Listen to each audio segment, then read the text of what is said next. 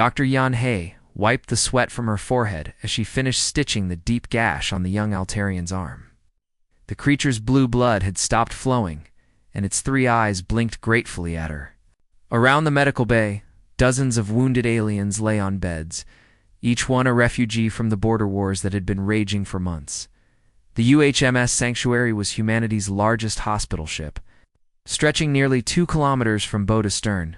Its pristine white hull gleamed against the darkness of space, decorated with massive red crosses that could be seen from light years away. Every species in the galaxy knew what those symbols meant. Medical neutrality, safety, hope. Yeon-He had been working aboard the Sanctuary for 3 years now. Ever since she graduated from the Seoul Medical Academy, she had dreamed of exploring the stars, but never imagined she would be treating wounded Zelkarians, Draxi, and Vorthok refugees all in the same shift. The hospital ship traveled through neutral space, picking up casualties from both sides of any conflict. Asking no questions about politics or allegiances, Captain June's voice crackled. Over the intercom, calm and steady, as always, all medical staff were approaching the Catharian border. Expect more wounded in the next few hours. The Catharians had been particularly brutal in their recent campaigns. Their philosophy was simple: weakness deserved extinction. They saw mercy as a character flaw and healing as a waste of resources. But even they had signed the Galactic Medical Accords decades ago, agreeing to respect hospital ships and medical personnel. Yan-He was checking on a wounded Draxi child when the proximity alarms began blaring. Through the massive observation windows, she could see the sleek, predatory shapes of Catharian warships dropping out of hyperspace. Their dark holes seemed to absorb light, making them look like tears in the fabric of space itself. Captain June's the voice came over the speakers again, but this time it was being broadcast on all frequencies. Catharian Fleet, this is Captain June of the UHM Sanctuary. We are a designated medical vessel operating under the protection of 17 galactic treaties. We carry wounded refugees and medical personnel only. Please acknowledge our protected status. The bridge crew had done this hundreds of times before. Every species respected the white ships with red crosses. It was the oldest law in the galaxy, older than most civilizations. You never fired on a healer. The Catharian response came not in words, but in weapons fire. The first plasma torpedo struck the Sanctuary's forward medical bay, vaporizing 30 beds and everyone in them. Yan-He was thrown to the floor as the ship shuddered. Emergency lights flickered on as the main power failed. Round her, wounded aliens who had sought safety were screaming in terror. More torpedoes followed. The Catharians were methodical, targeting the ship's medical facilities first, then the crew quarters, then the engines. They wanted to make sure nothing survived. As the hull began to breach and atmosphere vented into space, Yan-He held the injured Draxi child close to her chest. The little creature looked up at her with trusting eyes, not understanding why the safe place was falling apart around them. 847 souls died that day. Doctors, nurses, patients, and crew members from dozens of different worlds. All because the Catharians believed that showing mercy made humans weak. They were about to learn how wrong they were. The emergency session of Earth's Defense Council had been going on for 6 hours. The holographic displays showed the scattered debris field where the Sanctuary once floated, and the faces around the table grew darker with each passing minute. Ambassador Kyung-ho slammed his fist on the polished table. We demand immediate sanctions against the Catharian Empire. They violated every treaty in the Galactic Charter. Sanctions? General Young-min laughed bitterly. They just murdered nearly 1,000 civilians, including our best doctors and nurses? And you want to file a complaint? Admiral Mi-Su sat quietly in the corner, watching the politicians argue. She had served in 3 different wars and knew that sometimes diplomacy failed. Sometimes the only language bullies understood was force. But what kind of force could humanity use against the Catharians? Their military was 3 times the size of Earth's entire fleet. There might be another option, Director Hai-Jin said. Quietly, the room fell silent. As head of Earth's Intelligence Division, she rarely spoke during council meetings unless she had something important to say. What kind of option? Admiral Misu asked. Dr. Taewoo Haijin replied, former head of our Biological Research Division, disappeared 5 years ago after the Geneva Accords banned his work. The room went cold. Everyone knew that name, even if they pretended not to. Dr. Taewoo had been humanity's most brilliant scientist, a man who could create miracles in a laboratory. He had developed vaccines that saved millions of lives across dozens of worlds. But he had also created things that could end them. This research was banned for good reason, Ambassador Kyun-ho said. The man was playing with forces that could destroy entire ecosystems. The Catharians just proved they don't care about our moral boundaries, Admiral Misu said slowly. Maybe it's time we stopped caring about theirs. 3 days later, Admiral Misu's shuttle landed on Europa, Jupiter's ice-covered moon. The journey to Taewoo's hidden laboratory took her through tunnels carved deep beneath the frozen surface. The complex was bigger than she had expected, filled with equipment that looked like it belonged in a science fiction movie. She found him in the main laboratory, hunched over a microscope. Dr. Taewoo looked older than his 50 years, his hair completely gray now, his eyes carrying the weight of knowledge that most humans couldn't bear. He didn't look up when she entered. I know why you're here, he said quietly. I saw the news feeds, the sanctuary. Admiral Misu pulled out a datapad and activated it. The holographic display showed the final moments of the hospital ship. The screams of the dying, the children who would never grow up. She let it play for 30 seconds before turning it off. 847 people, she said. Doctors, nurses, patients, all dead because they tried to heal the wounded. Taewoo finally looked up from his microscope. His eyes were cold, calculating. What exactly are you asking me to do, Admiral? I'm asking you what you would do to a species that murders healers, she replied. For the first time in 5 years, Dr. Taewoo smiled. It was not a pleasant expression. I would teach them why attacking human medical personnel is the last mistake they'll ever make. Dr. Taewoo walked slowly through his laboratory, his footsteps echoing in the vast underground facility. Admiral Misu followed, trying to take in the incredible array of equipment surrounding them. Sealed chambers filled with strange organisms, computers running complex genetic models, and walls lined with research notes that would take a lifetime to understand. 23 years ago, I was just like Dr. Yen Taewoo said quietly. Young, idealistic, believing that medicine could bridge the gap between species. I spent my days creating vaccines for alien diseases, finding cures for illnesses that had plagued entire civilizations for centuries. He stopped at a memorial, wall covered with photographs. Humans of all ages smiled back at them, families, children, elderly couples. These were the colonists on Kepler 442b, 15,000 people who volunteered to build humanity's first agricultural world outside our solar system. Admiral Misu studied the faces. What happened to them? The Rigelian plague, Taewoo replied, his voice becoming harder. A disease that the Regilians claimed was natural, just bad luck. But I analyzed the genetic structure. It was engineered, designed specifically to target human DNA while leaving other species completely unharmed. He pulled up a holographic display showing microscopic images. They created a biological weapon disguised as a natural outbreak.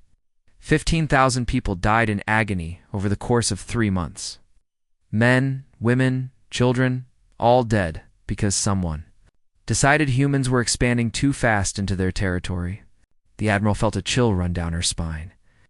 Did you prove it was intentional? I tried.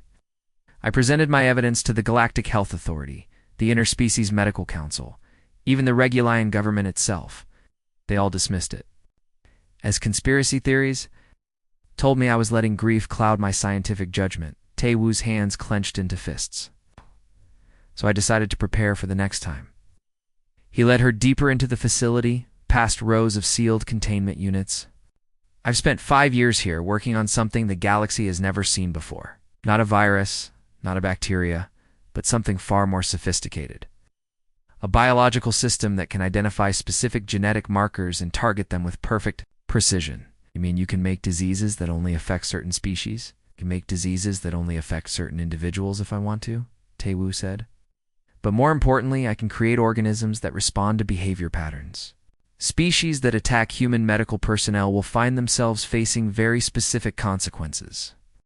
Admiral Misu stopped walking. You're talking about genocide? I'm talking about justice, he replied. The Catherians killed 847 healers yesterday. They did it because they thought humans were too weak to respond. They were wrong. He turned to face her directly. If you want my help, Admiral, you need to understand something. Once I begin this work, there will be no negotiations, no mercy, no second chances. Any species that has ever attacked human medical personnel will face extinction. That's not a threat. It's a promise. The silence stretched between them for long moments. Finally, Admiral Misu nodded. How long will you need? Dr. Taewoo smiled that cold smile again. I've been ready for years. All I needed was a reason to begin. The transport shuttle descended through Earth's atmosphere, carrying Dr. Taewoo back to his home planet for the first time in 5 years. Below him, the snow-capped peaks of the Himalayas stretched endlessly, hiding secrets that most humans would never know existed, deep beneath Mount Everest. Construction crews had been working around the clock for the past week. The facility they built was unlike anything on Earth, a laboratory that combined the most advanced human technology with alien equipment that Taewoo had quietly acquired over the years. Everything was designed for one purpose: creating life that could selectively destroy life.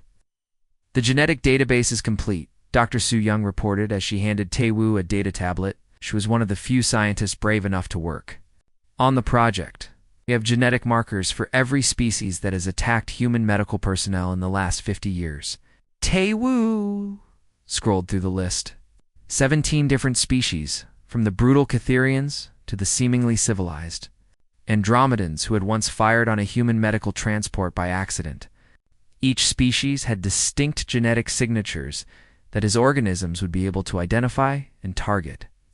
The beauty of this system, he explained to the small team of scientists gathered around him, is its precision. Traditional biological weapons are crude, they spread randomly, mutate unpredictably, and often kill their creators. What we're building is different. It's intelligent. He activated a holographic display showing microscopic organisms that looked almost like tiny machines. These synthetic organisms will remain completely dormant until they encounter specific genetic markers. When they find their target, they activate and begin their work. But they're programmed to ignore human DNA completely, along with the genetic signatures of our allies. Dr. Jinho, the team's youngest member, raised his hand nervously. What if they mutate? What if they start attacking the wrong species? Impossible, Taewoo replied. I've built in multiple failsafes. The organisms are designed to self-destruct after a certain number of generations. They can't reproduce without specific chemical triggers that only exist in laboratory conditions. Okay. And most importantly, they're hardwired to protect any species that has never attacked human medical personnel. The work continued for weeks. And meanwhile, word of the project had somehow leaked to the galactic community. The Galactic Council demanded that Earth surrender Dr. Taewoo for crimes against galactic peace. Emergency sessions were held on dozens of worlds, with alien diplomats calling for immediate sanctions against humanity. President Nihan's response was broadcast across the galaxy. The Galactic Council seems to have forgotten that attacking medical personnel is the oldest crime in civilized space. For thousands of years, every species has agreed that healers are sacred. The Catherians violated this law when they murdered 847 innocent people. Dr. Taewoo is simply ensuring it never happens again. The alien protests grew louder. Some species threatened to cut off trade with Earth. Others began mobilizing their fleets, claiming that humanity was developing weapons of mass destruction. Let them come, Taewoo said quietly as he watched the news reports. They'll learn soon enough that attacking the species that protects healers is the last mistake they'll ever make. In his laboratory, the organisms were already beginning to multiply. 3 months after Dr. Taewoo released his creation into the galaxy, the first reports started coming in. They began as isolated incidents on distant trade stations, strange illnesses affecting only certain species while leaving others completely untouched. Captain Min-Q stood on the bridge of the cargo freighter Seoul Express, watching the Catharian trade station through the view screen. Something was wrong. The massive station that usually bustled with activity looked almost deserted. Only a few ships were docked, and even fewer were moving around the exterior. "Sir, we're receiving a distress signal from the station," reported communications officer Eugene. "They're requesting immediate medical assistance." This was ironic, considering the Catharians had murdered an entire hospital ship just months earlier. But human merchants still followed protocol. "Connect me to their station commander," Min-Q ordered. The holographic display flickered to life, showing a Catharian officer who looked nothing like the proud warrior race they claimed to be. His gray skin was pale and blotchy, his breathing labored. Behind him, other Catharians were visible, many lying on the floor, too weak to stand.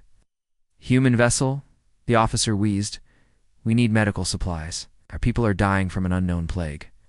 Our regeneration abilities have failed. Our immune systems are collapsing." Min-Q felt no sympathy. These were the same creatures who had shown no mercy to Dr. Yan He and her patients. "I'll transport what medical supplies I can spare," he said simply. Similar scenes were playing out across 17 different star systems. The who had once accidentally fired on a human medical transport found their young unable to develop properly. The Zephyrians, who had attacked a human field hospital during the border wars, watched as their adult population began suffering from rapid cellular breakdown. But the most telling sign was what didn't happen. Human ships passed through the same trade routes completely unaffected. So did ships from the Centaurians, the Vegan Alliance, and dozens of other species who had never attacked human medical personnel. Whatever was causing these plagues was incredibly selective. Dr. Yoon Suk, working at the Galactic Health Monitoring Station, was the first to connect the dots. She pulled up records from the past 50 years, cross-referencing every species currently suffering, from the mysterious illnesses with historical data about attacks on human medical facilities. The pattern was undeniable. Every single affected species had, at some point, fired weapons at ships or facilities marked with human medical symbols. The timing varied. Some attacks had happened decades ago, others just months before, but the correlation was perfect. "Not a plague," she whispered to her assistant, Dr. Haeon Woo. "It's revenge." Word spread quickly through the galactic community. This wasn't some random cosmic disaster or natural disease outbreak. This was deliberate, calculated, and precisely targeted. Someone had created a weapon that could distinguish between those who honored healers and those who murdered them. Panic that followed was immediate and total. Species that had never attacked human medical personnel demanded proof that they would be safe. Those who had launched such attacks began desperately searching for cures that didn't exist. On Earth, Dr. Tae-woo watched the reports with satisfaction. His organisms were working exactly as designed, spreading through trade networks, while targeting only those who had spilled healers' blood. The galaxy was finally learning that attacking human medical personnel had consequences. The emergency session of the Galactic Senate had been called for the first time in over 2 centuries. Representatives from across known space gathered on the neutral world of Proxima Station, but 17 chairs sat empty. The delegates who should have filled them were either dead or too sick to travel. Ambassador Wu Jin represented Earth at the session, watching as desperate alien diplomats pleaded for humanity's help. The Catharian delegate, one of the few still healthy enough to speak, stood at the central podium with hands raised in surrender. "We formally apologize for the attack on your medical vessel," the Catharian wheezed. "We will pay any compensation you demand. Please, our children are dying." The Andromedon representative was next. "We never meant to fire on your medical transport. It was a targeting error during combat. Surely that doesn't deserve the extinction of our entire species." One by one, they confessed. The Regelians admitted to creating the plague that killed the human colonists. The Zephyrians acknowledged targeting human field hospitals during the border wars. The Draxi revealed they had once poisoned water supplies at a human refugee Camped Ambassador Wu Jin listened to each confession without emotion. When they finished, he activated his communicator. Dr. Tae Wu, the Senate is ready to hear your terms. The holographic image of Tae Wu appeared before the assembled delegates. He looked tired but determined, standing in his laboratory surrounded by the organisms that were systematically destroying his enemies. My demands are simple, he said. Complete disarmament of all military forces, dissolution of your war fleets, recognition of human medical sovereignty throughout the galaxy, and most importantly, the establishment of protected zones around every human medical facility with automatic death sentences for anyone who violates them. The Andromedan delegates stood up shakily. You're asking us to surrender our independence, our right to defend ourselves? I'm offering you the chance. To live? Tae-Woo replied coldly. The choice is yours. Some species accepted immediately. The Vorthok Empire, whose military had once bombed a human medical research station, surrendered their entire fleet within hours. Their populations began recovering within days, as Tae-Woo's organisms went dormant in their systems. Others chose defiance. The Catherian High Command launched a desperate attack on human space, believing they could force Earth to provide a cure. Their warships made it halfway to the Sol system before the crews began collapsing at their stations. The organisms in their bodies had accelerated their work, responding to the aggressive action by killing faster. Dr. Ji-Wan, monitoring the situation from Earth's command center, watched the Catherian fleet drift powerless in space. The organisms are learning, she reported to Admiral Mi-Su. They're responding to hostile actions by increasing their lethality. Within 6 months, 5 species had ceased to exist entirely. Their worlds were empty, their cities silent, their civilizations reduced to archaeological curiosities. The remaining 12 species that had attacked human medical personnel lived in constant fear, knowing that any aggressive action would accelerate their doom. The galaxy watched in horror and fascination, as humanity demonstrated a new kind of power, not the crude force of military conquest, but the precise application of biological justice. Dr. Tae-Woo had kept his promise. There would be no mercy for those who murdered healers. The emergency holographic session connected representatives from every inhabited world in the galaxy. Dr. Tae-Woo appeared before them as a 3-dimensional projection, standing calmly in his Himalayan laboratory while chaos erupted across dozens of star systems. You wanted to understand what you're dealing with, Tae-Woo said, his voice cutting through the desperate chatter of alien delegates. Allow me to explain exactly what I've created. The Galactic Council chamber fell silent. Even the dying species. Representatives stopped their pleading to listen. What you're experiencing isn't just a biological weapon, Tae-Woo continued. It's a self-evolving justice system. My organisms don't just target specific genetic markers. They learn and adapt based on behavior patterns. He activated a holographic display showing microscopic organisms that look like tiny computers made of biological material. Every time any species attacks human medical personnel anywhere in the galaxy, these organisms receive that information through quantum entanglement networks I've embedded in their genetic structure. Ambassador Su Min from the Centaurian Alliance raised his hand. Are you saying these things can communicate across vast distances instantly? Not just communicate, Tae-Woo smiled. They can update their target lists in real time. Taka, human medical facility today and within hours. Wow. Every organism in the galaxy will recognize your species as a legitimate target. The horror on the alien faces was visible even through the holographic projections. The implications were staggering. This wasn't just revenge for past crimes, but a permanent monitoring system that would punish future attacks automatically.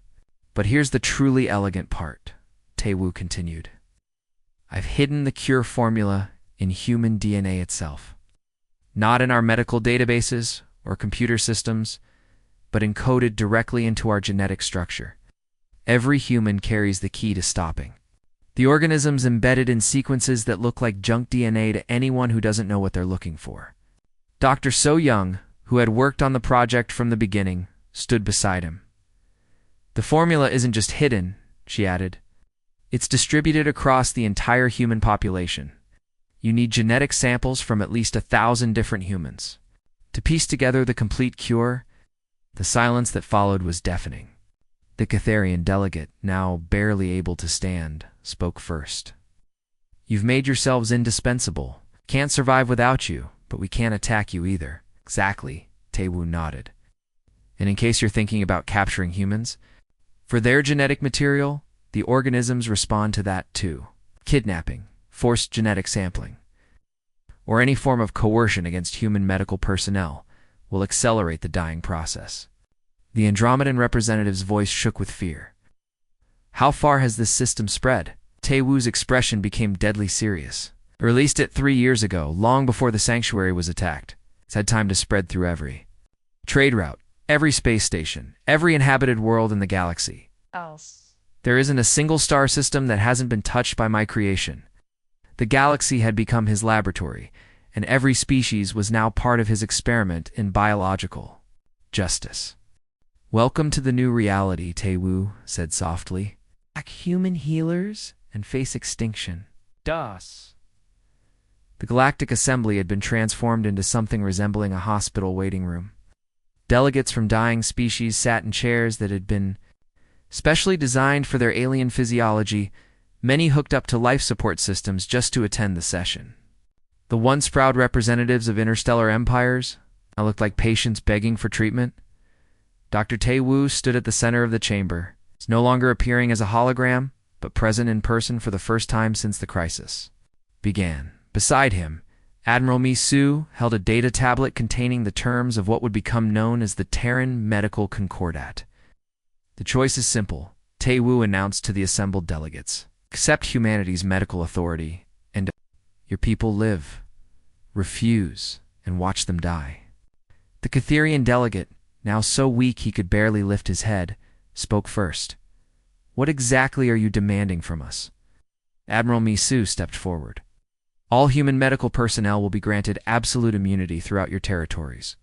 Any human ship or facility displaying medical symbols will be considered sacred ground. You will provide military escort for our hospital ships when requested, and you will contribute 20% of your planetary budgets to support human medical research, 20%. The Andromedan representative gasped. That's more than we spend on our entire military. Your military is what got you into this situation, Taewoo replied coldly. Our medical research will get you out of it. One by one, the desperate species agreed to the terms. The Vorthok Empire signed first, their populations already recovering. As Taewoo's organisms went dormant in their systems, the Draxi followed within hours, their children finally able to develop normally again. But not everyone accepted the new reality. The Nexari Confederation.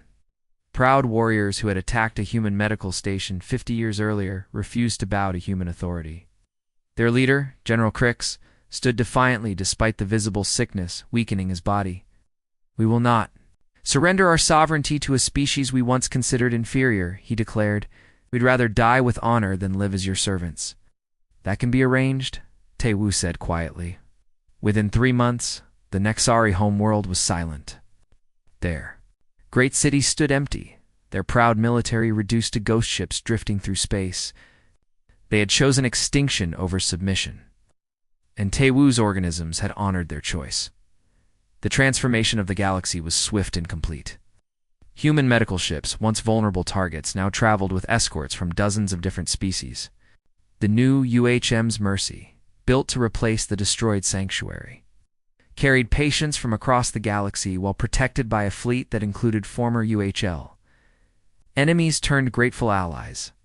Dr. Hae-young, the new chief medical officer aboard the Mercy, watched through the observation deck as Catharian warships took defensive positions around their ship. The same species that had murdered her colleagues now dedicated their lives to protecting human healers. It's ironic, she said to her assistant, Dr. Min-jun. They feared us because they thought we were weak. Now they serve us because they know we're not. The galaxy had learned a simple truth. In a universe where humans controlled the power of life and death, being humanity's enemy was a terminal condition. 5 years had passed since the galaxy learned to fear the wrath of human healers. The bridge of the UHM's Mercy's return hummed with quiet efficiency as the massive hospital ship approached the Catharian homeworld. Captain Jan. Hayes stood at the observation deck, watching an escort of 50 alien warships form protective formations around her vessel. It still felt surreal. She remembered floating in the escape pod, watching the sanctuary burn while Catharian ships fired into the wreckage to make sure nothing survived. Now those same Catharians would die before allowing harm to come to a human medical vessel. "Captain, we're receiving priority medical requests from 17 different systems," reported Communications Officer Jae Sung. "The Andromedans are dealing with a plague outbreak. The Draxi need surgical specialists for their newborn population, and the Vorthok are requesting our psychiatric teams for trauma treatment." Yanhei nodded.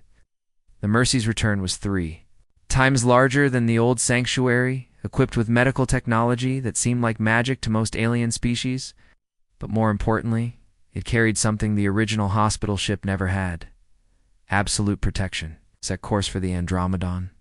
"System first," she ordered. "And remind our escort that we appreciate their dedication, but they don't need to maintain such tight formations. No one's going to attack us." The irony wasn't lost on her. The species that had once seen human compassion as weakness now competed to prove their loyalty to human medical authority. Former enemies lined up to offer tribute, resources, and military protection to the healers they had once hunted. Meanwhile, on Europa, Dr. Tae-woo stood in his laboratory. But the atmosphere had completely changed. Where once he had created instruments of death, now he worked on cures for diseases that had plagued the galaxy for millennia. The walls that once held weapons of mass destruction now displayed certificates of gratitude from dozens of species. His latest project was a cure for Zelkarian bone rot, a genetic disease that had killed millions over the centuries. The same precise genetic engineering that had once targeted enemies now worked to heal and restore. He had kept his promise to Admiral Mi Su. There was no mercy for those who attacked healers. But for those who protected them, he offered miracles. Dr. Tae-woo, his assistant Dr. Kyung-soo, called out, "Receiving another request from the Galactic Medical Council. They want to nominate you for the Universal Peace Prize." Tae-woo smiled, but shook his head. "Give it to Dr. Yan-hei instead. She's the one out there saving lives every day.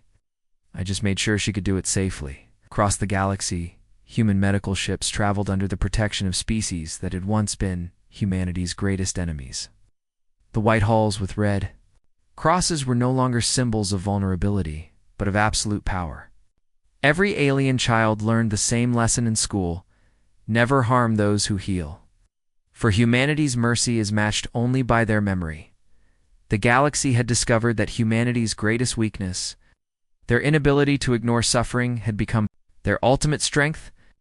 In a universe where humans controlled both the cure and the disease, compassion had become the most feared weapon of all.